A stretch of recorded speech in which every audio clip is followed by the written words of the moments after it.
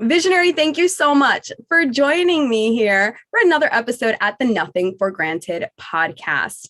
Today, we are joined by India Brown. She is a video marketing strategist. If there is one episode that you do not want to miss, it is this one. Because if you're on social media, if you're on Instagram, you know that reels are popping. And yes, they are. we gotta make sure we don't want to be on the bandwagon per se, but we definitely want to make sure that we're being relevant and that we're being seen. And that, again, we're just really increasing our impact because, like I'm always talking about, this business isn't about you.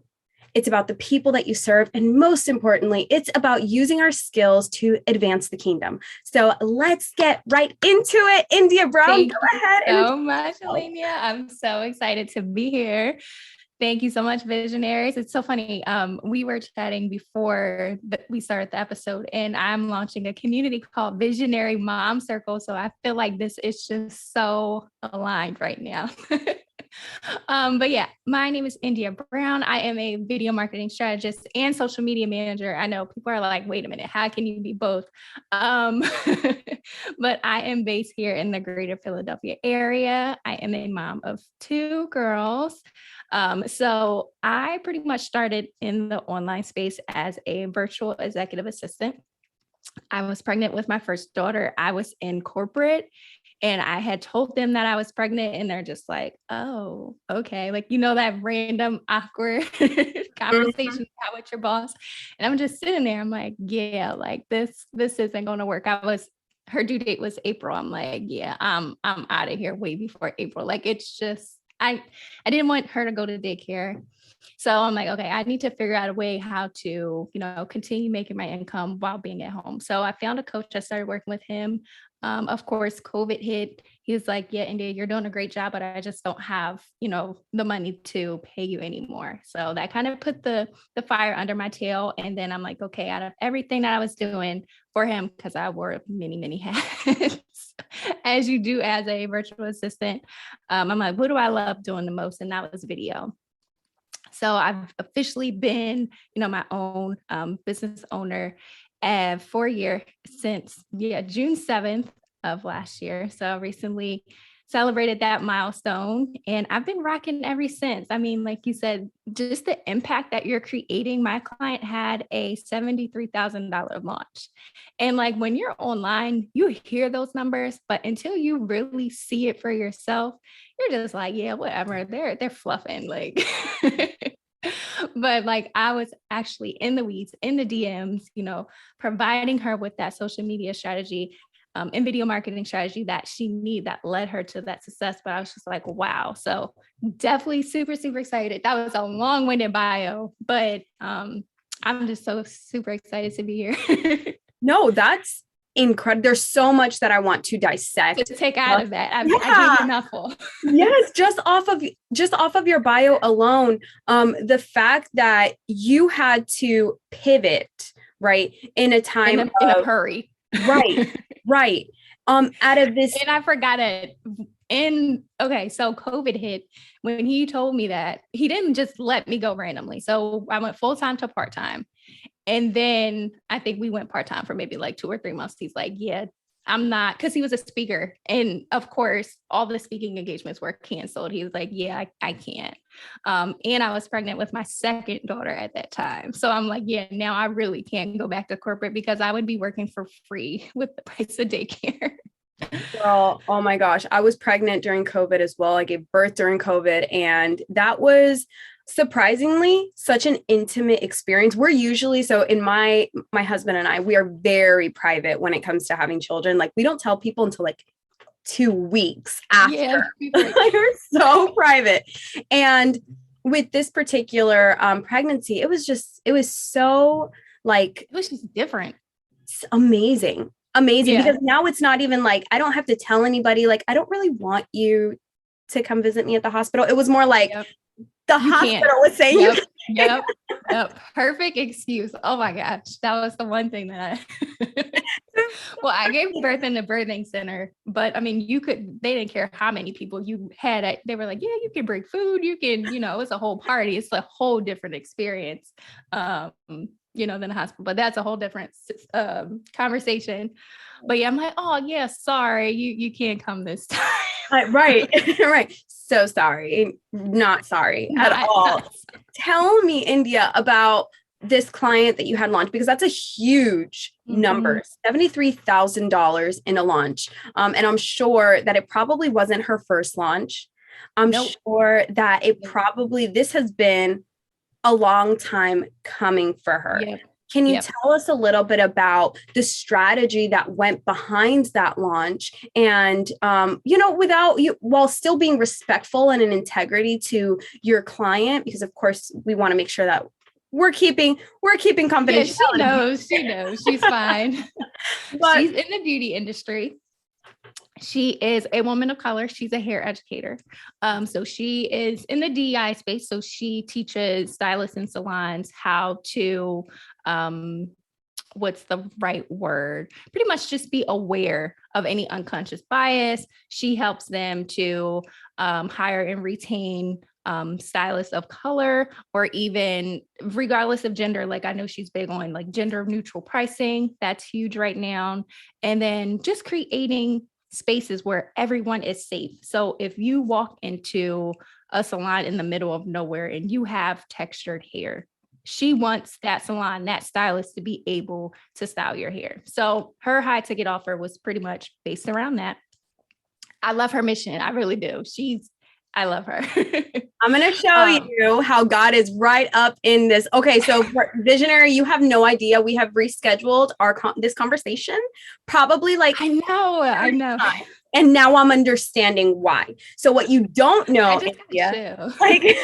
what you don't know, wait for the gag. So my husband and I are launching our beauty academy this fall. And our mission is to put Latin America on the map on a global scale. We are going to be the next Paul Mitchell. Wow. And I had no idea, because I have been in prayer like, God, I'm super hands off on this project in areas that are not my zone of genius. And everything that you just said is exactly what I've been looking for.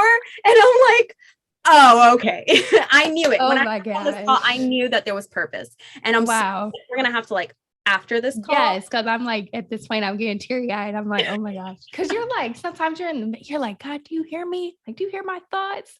Yes. And this is how he talks to me, just like through experiences and stuff. Oh my gosh. Yes, I'm super, super excited. This is incredible. So tell us more about the strategy. Yeah, that went behind. Yeah, I mean, so she was high ticket, over $3,000. This was not her first time launching. I think this was her third time launching. I think her first launch was, I'm not even sure, I want to say like 5-10. Her second was maybe like 15 or 20. So we went way over what she, had her last two launches. But as far as strategy, I wanted to do a deep dive because this was my first launch with her. We launched 3 months after working together. So I normally take about a month to really like deep dive into we're still posting, but at that, we're really deep in testing because I'm not sure who your audience, like what your audience is liking. I'm not sure, on a couple of things. So I want to make sure that we're creating content that's working for them. So we're working 3 months together. We launched in April, and she's really, really comfortable doing reels. So we were doing 3 to 4 reels a week. And I know it's really not bad. Once you, do your first week, there's coaches and everyone out here. Oh, you have to do 3, 4 a day. I'm like, a day? I don't have time for 3 to 4 reels a day. So yeah, we were doing 3 to 4 reels a day. We were doing a live with just her, like on whatever topic a week. And then she would also bring on a guest.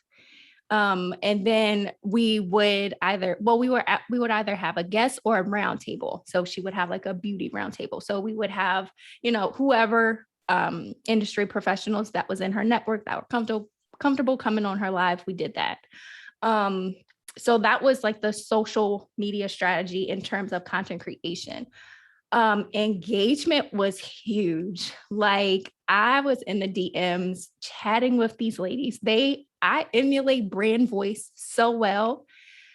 It's funny because she's at a conference. She's like, I don't know who any of these ladies are. like I know who they are because I'm the one chatting with them. They're like, I don't know who they are. They're just coming up to me. They're like, oh my gosh. So going in your DMs are definitely important. Besides liking and commenting back, responding to those comments, just forming those relationships off your page is crucial, especially if you have a high ticket offer. I love that. That's no, super go ahead. important. That's super important because actually one of my like CEO friends, and she's super successful in like the VA space. Her first launch was 60 grand. 60 grand. No, I'm sorry, 6 figures. Her first launch help her hit 6 figures. And when I was, in conversation with her, she's like, I already had a pre-warmed up audience. Yep. So they were already nurtured. It was already nurtured. Yep. It was already, and all she did was pivot what she was doing, but they were so in love with her that it's like, I don't care what you're selling. I'm about it. Yep. And from there, she uses Instagram Live every single week, like loyally, like this is her date. Yeah, we picked a date. I'm like, okay, what day works for you? And I mean, she was busy, she was traveling. So I'm like, okay, if you cannot do Thursday or you can't okay, we can pivot. It doesn't matter, but just commit to that once a week live. It's huge. Yeah. And at first it's going to be awkward because you're going to be talking to yourself. But as you continue to do it and people see, you going live, ding, ding, every week, they're like, okay, what is she talking about this week? Let me tune in. And she was like, okay, I want to go live, but I have no idea what to say. So I literally write out their talking points. And this is any client. So if you want to go live, we'll, hash out your content strategy. I'll give you talking points. So if you want to talk about, how to, I'm trying to think of a recent live. It was a woman in Texas, Maryland. Sorry, I haven't had coffee yet. A woman in Maryland who Walmart partnered with her. Have you heard this story? She had a product line that helped women with hair loss. Walmart saw what she was doing in the community, and she's now opening her salon in Walmart. So the whole premise of that live was, is this the trajectory of, is this going to take over like a salon suite or Phoenix salons? And so is Ulta in, Target and all other big beauty brands or box stores, are they going to, follow, try to get on the bandwagon? But it seems like all these beauty brands are like so DEI related now. Like, are you guys sincere about it? But, that's another. Oh, okay. Okay. So we're going to get controversial here. Yes. Let's do it. So that is huge, especially in the funding space. Every single grant is like, what is your diversity and inclusion statement? Yes. No diversity and inclusion statement. Unfortunately, we cannot. Really? You are ineligible. Okay. And it's like, okay, so how do we, exactly what you said, how do we know that this is coming from a genuine and authentic space? Yep. How do we know that they have created procedures in place to keep the safety, right, of women of color, just as an example? We don't. It's literally at this point just a checkbox that every company has to tick off in order to open up other opportunities. Right. Yep. And to me, that's ridiculous. And I see that a lot even now as we're going from being shop owners and educators in this beauty space to now being directly working with the federal government in education. That's huge. And it's just like you said, it seems like more and more companies are, again, just ticking off that box. But how do we create a system where we can ensure that we're all being protected? Yep. It's tough. I would love to hear that live. Yep. So I'll have to send it to you. But so pretty much just how me and you are chatting, I would write down those talking points, and she went live, and everyone's like, oh my gosh, this is such a great conversation. Like, she doesn't seem scripted. she's not nervous. She has her cocktail. You don't have to drink on live, but just to break the ice and be, social and fun to your audience. So, and this is her zone of genius anyway. yep. So it's so easy. Like, I'm sure the talking points help because, of course, having a guideline is helpful. Yep. But when this is your area of expertise, when Exactly. you are the expert in this, you could talk about it all day. It's not a thing. Like, it's just getting past that fear of, honestly, video. And can we talk about that when we're talking about video? What are we talking about specifically? Because we have like IG Live, we have stories, we have Pinterest ideas, which I personally love. I love Pinterest. I have not worked with a client on Pinterest, but Pinterest, you can repurpose your reels and your TikToks on Pinterest. Sure do. Pinterest ideas. I know I have so many like little girl hairstyles, like pin. I'm like, oh, I have to try this one. If they sit still, never. I know. But I mean, as far as video marketing, everything. I know there are specialists out here just for Instagram reels, and that's perfect. That's wonderful.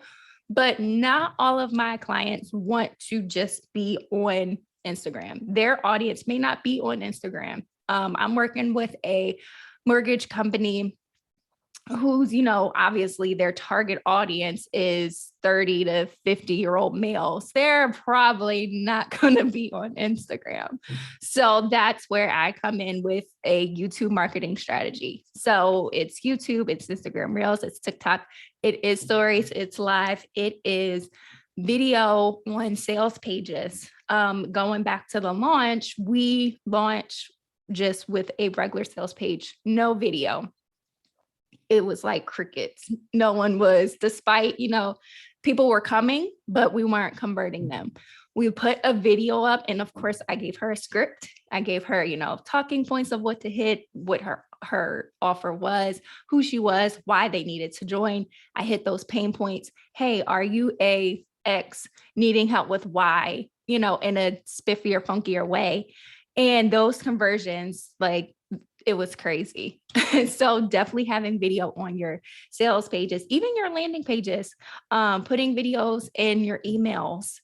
I'm not sure if people are going to, I put out a newsletter once a week, and I, switch it up. So one week I'll do, just a all written newsletter. And then another week I'll do a video, and then you can transcribe that video and put it underneath. So, or you can also put subtitles in there, which I highly recommend because everyone never listens. They don't have their sound on all the time. So definitely putting subtitles in your videos are huge. Yeah, that was a mouthful too. No, video stories. I think when video captions came out on stories is what I'm trying to. It was huge. And, oh man, I started using them, and I can't tell you how many DMs I got. I know. Friends that they're like, girl, I could never hear your stories because I got kids in the background. My dogs are barking. She's like, this is so helpful. And now all of my stories always have captions because that's people love to watch you. They love to see your face, but they can't necessarily hear you, or maybe they're at work and they got to be, but they can at least read what you're saying under the table. So you mentioned a couple of really good points here, and it's, that any type of video really we want to try and get on, but it's super important for us to understand who is our audience. And you guys, Visionary, we talk about this all the time. So here we go again. Who exactly are you talking to? And have you done enough market research to really identify where it is that they show up? Not just, I think we're all on Instagram socially, but not all of us are on Instagram to learn, to be motivated. I have access to my husband's Instagram, and sometimes his friends will send him videos and I'm like, what the hell? Like, is this really what you're on social for? Like, what is this? Versus me, I follow people that are inspiring, and I know it's crazy. What? So it's really important. You have to know where does your audience go to Yep. learn, to be educated, to be motivated, to be inspired? This is why I have the podcast, because I find that my client avatar, she's a busy CEO. She has kids and obligations and is just always on the go. So a podcast is going to be a lot easier for her to digest information. Versus sitting down, I don't know, on YouTube, for example, although I do have a pretty good YouTube community, but then, like if my client audience was not on YouTube, it would make no sense for me to sit there on YouTube, spend, not even hours, because, and we're going to get into video creation in a second, but spend X amount of time creating content that my consumer is not going to be retaining or really gaining the most value from. So super important that who are you talking to and where do they show up? Would you have anything to add to that? Just painting before you even, maybe you have to go back. Okay, so let's say you hire someone to help you with a video marketing strategy. Maybe you want to, step back a little bit and paint that picture for this person. Or if you're working with yourself, just creating that picture of who that person is, giving them a name. What do they like? Where are they hanging out? What don't they like? What are they getting frustrated with? Where do they see themselves in the next year? So going back to my one client that's in the beauty space, her ICA her name is Ellie. I'm like, oh, I love that name. She's like, yeah, so Ellie is a stylist. She is, she's wanting to be a six-figure stylist. She's white. She is wanting to expand her skill set. She wants to learn how to cut and style textured hair, X, Y, and Z. Like, she had everything mapped out. So that's definitely important when you are creating content, especially video content.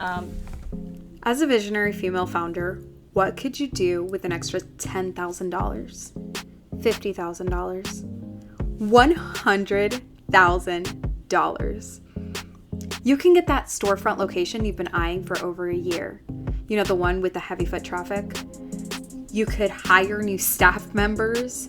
You can get that software that's going to help you with your CRM processes. The possibilities are literally endless. The problem is you don't know where to start, and honestly, you don't have the time to research what grants are out there, what you're eligible for, when to apply, who to reach out to. As a busy CEO, time is money. And being a busy CEO myself, I understand the struggle. That is why I created the Funding with Foresight Matrix. This is the only database available that brings ease and access to money that you can use to grow your business. You have millions of dollars worth of opportunities that you can pursue as a business owner. This is the only industry categorized database available, and you don't want to miss out. It's a no fluff approach to grants research, and the waitlist has just launched. Check the show notes down below to be one of the first people to be made aware of when it actually drops. It has a year's worth of opportunities, and best of all, I'm going to be updating it regularly. That way you always have fresh grants to apply to as you implement this into your funding strategy. Go ahead, get yours down below in the show notes. You can see the authenticity of someone when they are on video. Like, you can't hide behind a carousel post when you're on video.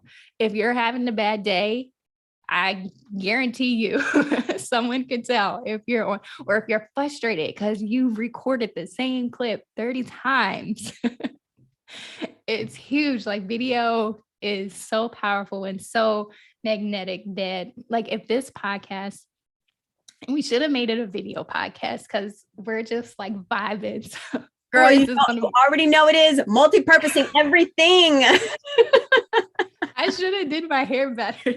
I don't even have makeup on. It's fine. But just, seeing that person, seeing their vibe, their personality is huge. And if someone's going through the rabbit hole, that's what I call it, Instagram Reels, are they going to stop their scroll and say, wow, I love this about her, or let me see what she's talking about. She just looks like a fountain of, happiness today. So definitely. Yeah. Oh, yes.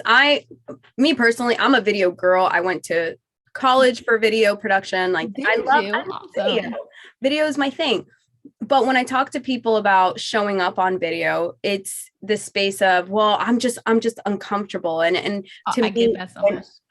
All the time, and for me, it's like, okay, I can help you find funding, but please know that small business grants, 98% of them will ask for a video. Really? They will ask small business. So it's really different when you're asking for like a nonprofit grant. Mm-hmm. I've never had that. Never. Start looking at more small business grants a couple of years ago. And I was like, what is all this? Like, why? Oh, it doesn't have to be a formal video. It doesn't have to be production lights and all the things. Mm-hmm. Yeah. They just want to see you. They want to know if exactly what you said. Yeah. Does your energy translate as a confident CEO that knows exactly who she's speaking to, the pain point that she's helping alleviate, right? Mm-hmm. They want to know that you know what you're doing. Mm-hmm. And that translates on video in a way that it does not on paper. And so when we can become comfortable talking about the problem that we solve on video, it really does translate so much better, and it converts. It takes time, and we can definitely jump into that. But I think when people tell me like, well, I'm not comfortable with video, do the thing that makes you uncomfortable, because that's where there's growth. Yep. 1,000,000%. Camera confidence is huge. I think I've probably spoken on that. I don't even know how many times. I'm like, wow, maybe I should create a course. But I mean, my tips for camera confidence is definitely like right now I have my desk in front of a window. That's probably the best lighting that you're going to get. I'm not really a studio light type of gal. I mean, I do have my ring light, and I would suggest getting the ring light. But as far as like the big box lights, I don't have time for that, nor do I want those in my office, because I don't want those in my office. So definitely lighting is huge.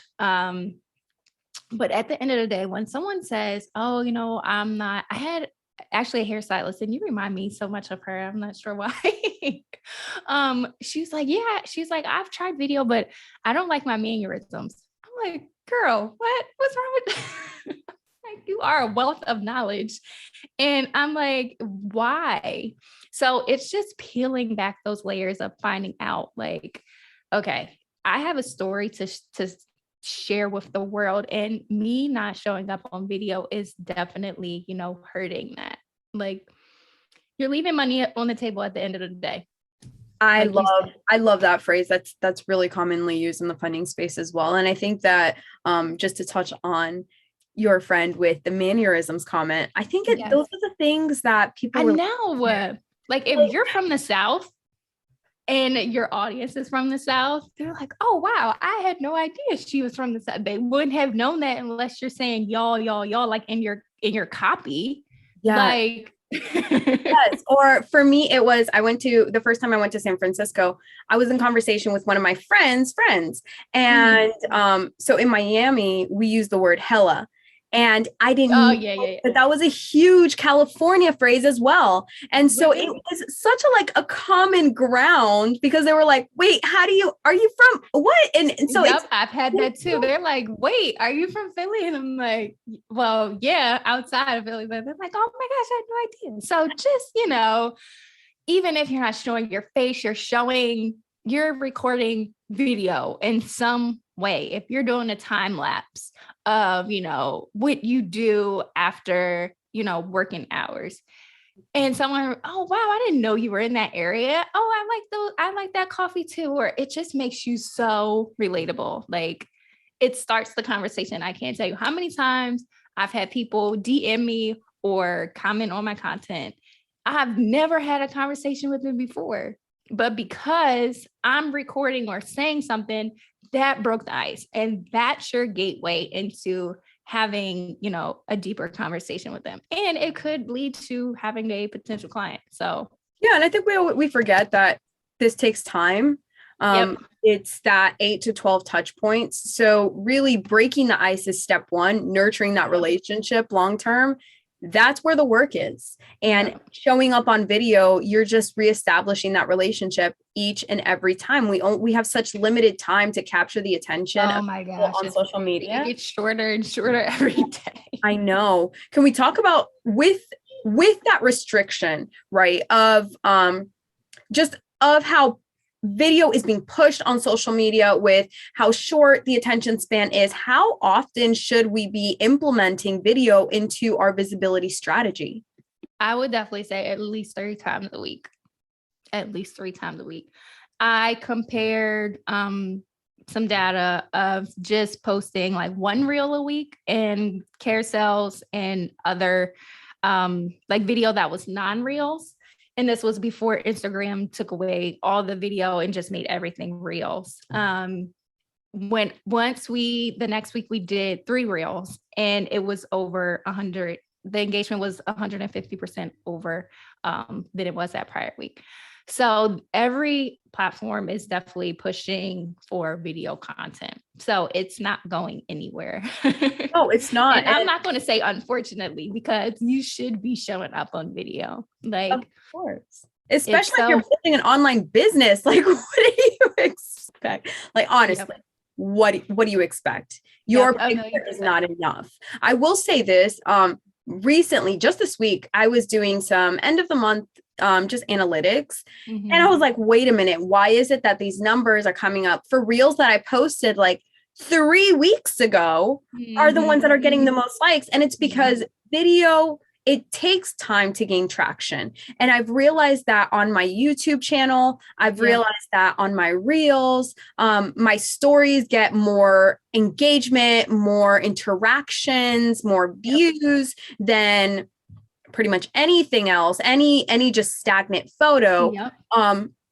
What would you say about that? And what would you say about when we talk about those 3 times a week? Are we talking about show up 3 times a week on Reels, on TikTok, which of course we can talk about repurposing in a second, but are we talking about showing up in longer form content versions of, longer form versions of video versus the short kind of bite-sized versions? Or can you just explain better how when we talk about 3 times a week, how exactly do we break that down?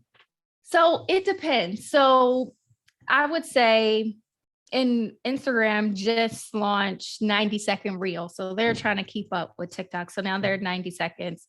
So going back to the live we talked about earlier, every single episode, I repurposed that to a reel. And those bite-sized clips were getting juicier and juicier. And I'm like, dang, I feel like 30 to 60 seconds wasn't just enough time. So I'm like, okay, let's test it. So when they launched 90-second reels, I did that one. And I think it got maybe like close to 200 likes, like 20 something shares. Like it was doing really well for her. So I would definitely say try, a longer form. I mean, 90 seconds isn't really longer form, but it's longer than the traditional reel. And then I would say the other 2 reels, try maybe like 7 to 15 seconds. So if you hear a trending audio, try that. The biggest thing is just making sure that you have the transition. So 3 to 5 seconds is definitely, you want something capturing the viewer's attention. So whether that's you changing your shirt, you changing scenery, or doing something to trick their eyes to want to continue watching your video, that's definitely huge.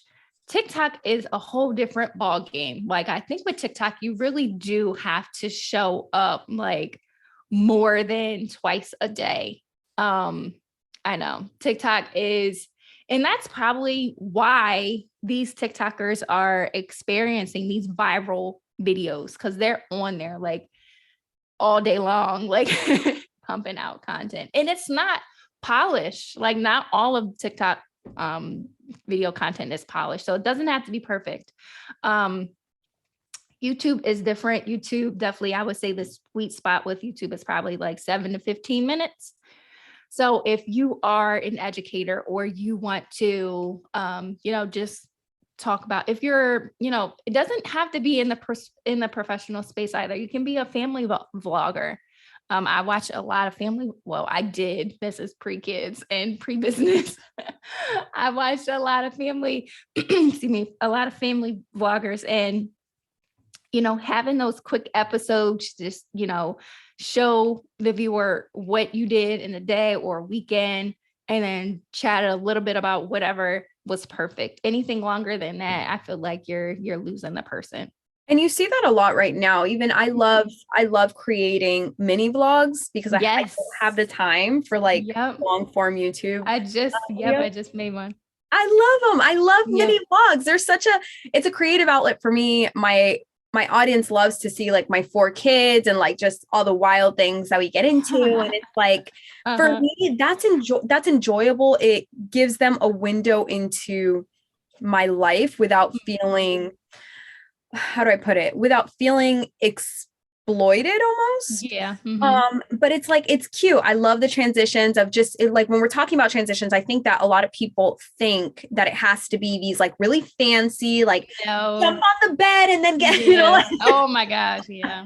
Like if you can do it, listen. Yeah. Snaps to you. All power with you, right? I do not have the time. I don't have the time. Those are a lot. But I can your timing has to be like your timing and your editing has to, So those are tedious. But like a beat drop is easy. Like if you can, and maybe this is just like the video editor in me, but I can pretty much hear a song the way. So can we talk a little bit about like foundation? You'll like hear a song and you're already like thinking how you yes. So I picked the song first, and then there's a lot of editors that do it backwards, and I'm like, no, I can't edit that way. No, absolutely not. So what is your content creation strategy or tips for people that are just now starting to implement video into their strategy after hearing this episode? Yes. So definitely mapping out who your avatar is, painting that picture, just to recap, figuring out their pain points, where do they see themselves and how your product or service serves them. That's the number thing. Once you figure out who the person is, your pillars, their pain points, then you can map out how to create video content. Some software or apps that you can use.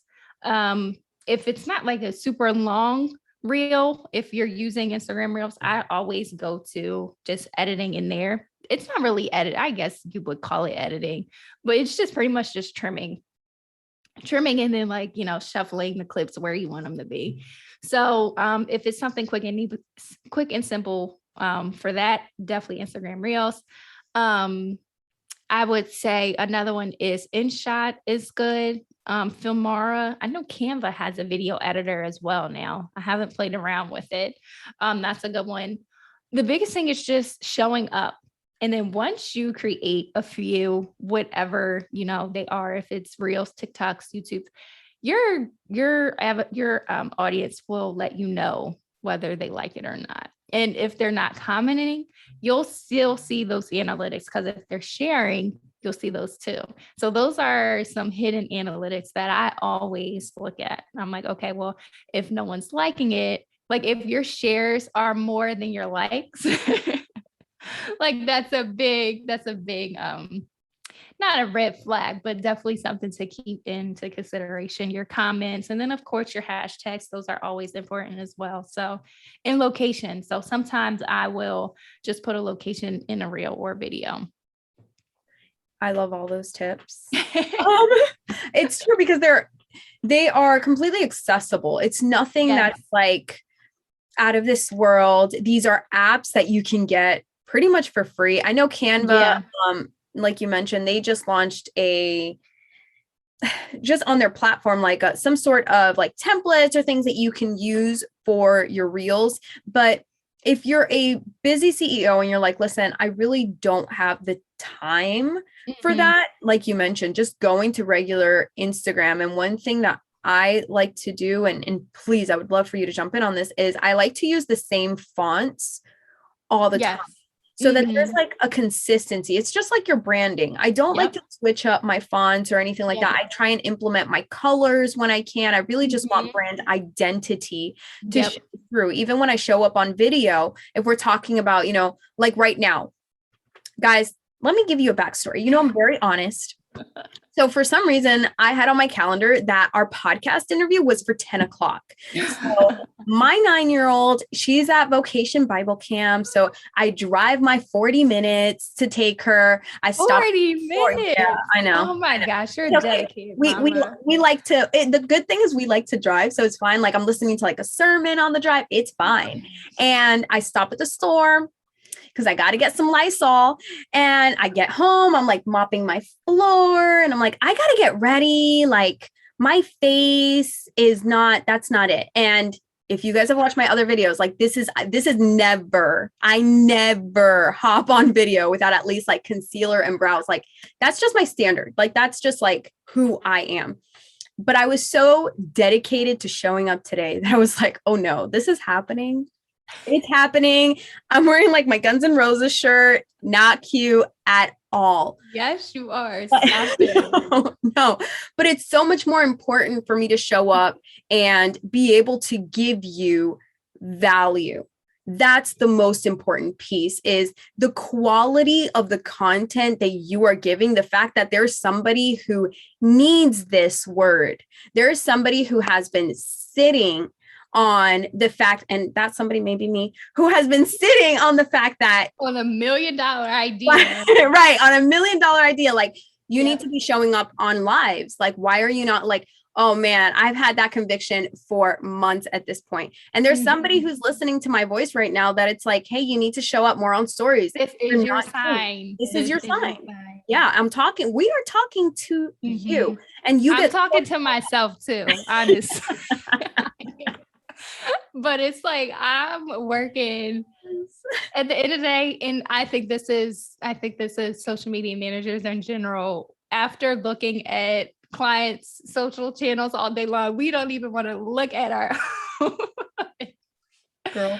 It's horrible, but I am alive. I'm on Instagram. I posted my first reel in like a while. So I'm getting myself back out there because I need to practice what I preach. Like, I think, although I can prove my results, I think, proving them for myself is definitely, that's going to make me feel better about myself. And then that's also going to, show my potential clients like, hey, I did it for another client and I did it for myself. Yeah. And it's that case for support. But I think that we get so caught up in like, what do we look like? What are we wearing? Like, is this the right lipstick? Like, these are all just like cherry on top. Like when I'm talking about, I wear my brand colors, like, yeah, because that's just the cherry on top, but I'm already comfortable talking on video. I'm already comfortable sharing what I know, for free, because I know that the more that I give, the more I receive.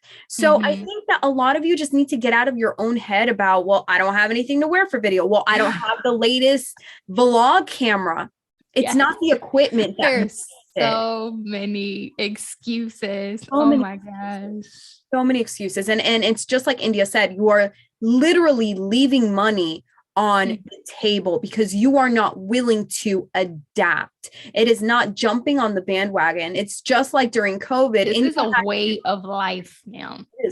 It is. You had to pivot during COVID. You weren't jumping on the entrepreneur bandwagon. You had to do what you had to do to make sure your lights stayed on, your kids had food on the table. Yeah, exactly. And so if you are listening and you have your own business or you're starting your own business and you're like, well, how do I get more people? How do I warm up my audience? Video really is the best way to do that. And I wholeheartedly believe that. Let me make sure that we have, I have one more question. Okay. So this question, you mentioned that your client, she brought on guests on her live. How would you say, would you say that that's something super necessary? And what I mean by that, I mean, do you think it's essential for us to collaborate with others on video? And if so, how do you get started in this if you're just getting started in the space? Definitely yes, because one, if you're just starting, it's going to make you more comfortable. If I did this video podcast by myself, even though I am a video person, I would be probably kind of nervous because you're just talking to it's not a live stream. You're just recording it and then uploading it somewhere. So definitely it will calm your nerves. Two, it's going to put you in front of their audience. So that's more eyeballs on your content. Three, in terms of finding, people who to collaborate with, start with the people in your network. And then start with the people who you're following and who are following you. Another avenue to explore, I would say, there's Facebook groups that are always looking for collaborators. So just go in those Facebook groups and say, hey, I have, I'm looking for a Instagram live collaboration. We talk about X, Y, and Z on my channel, and I'm looking for people to collaborate with. And you would be surprised of how many people are looking to collaborate with other people. So definitely, please collaborate. Yes. And how many talking points would you say is a comfortable number to have? Because here in the podcast space, at least, it's always recommended to have anywhere from 3 to 5 talking points. Yep, that's what I was going to say. Versatility, right? Yeah. So how would you vary those talking points? So for example, my talking points are always on funding, kingdom entrepreneurship, and lifestyle are pretty much the 3 brand pillars that I focus on. And of course, beauty, because I'm in the beauty industry. That's what it is. So those are kind of my 4 talking points. How would you identify what are your main speaking points when reaching out to a potential collaborator? Just going back to that content strategy. And then, once you pick your live topic, form those points around that topic. And it would be pretty clear and evident of what those talking points would be. But definitely, I would say commas are in collaboration. Like, I love definitely.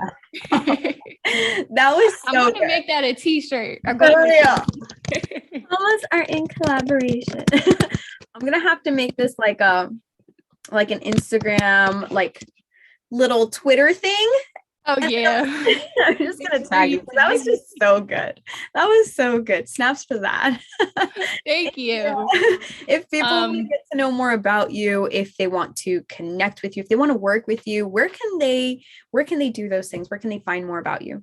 Yeah, definitely. So I'm on Instagram. I am holding myself accountable to starting to go back to creating my own content. So I'm on Instagram. My handle is Video by India. And then my website is indiabrown.co.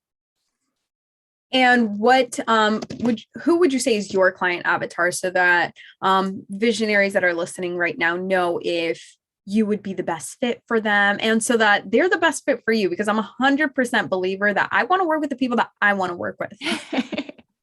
So mompreneurs, but specifically birth workers. So midwives, doulas, lactation consultants, sleep consultants, anyone who is working with, moms getting ready to birth their baby. So, and that probably comes, naturally to me, being that I went through that whole natural birth process. So those are the people that are my target audience, but I haven't worked with any of those people yet. I don't know why, not yet, but it's coming. But like I said, I have people in the beauty industry, financial industry, education space. So I work with a wide variety of clients. I don't X people out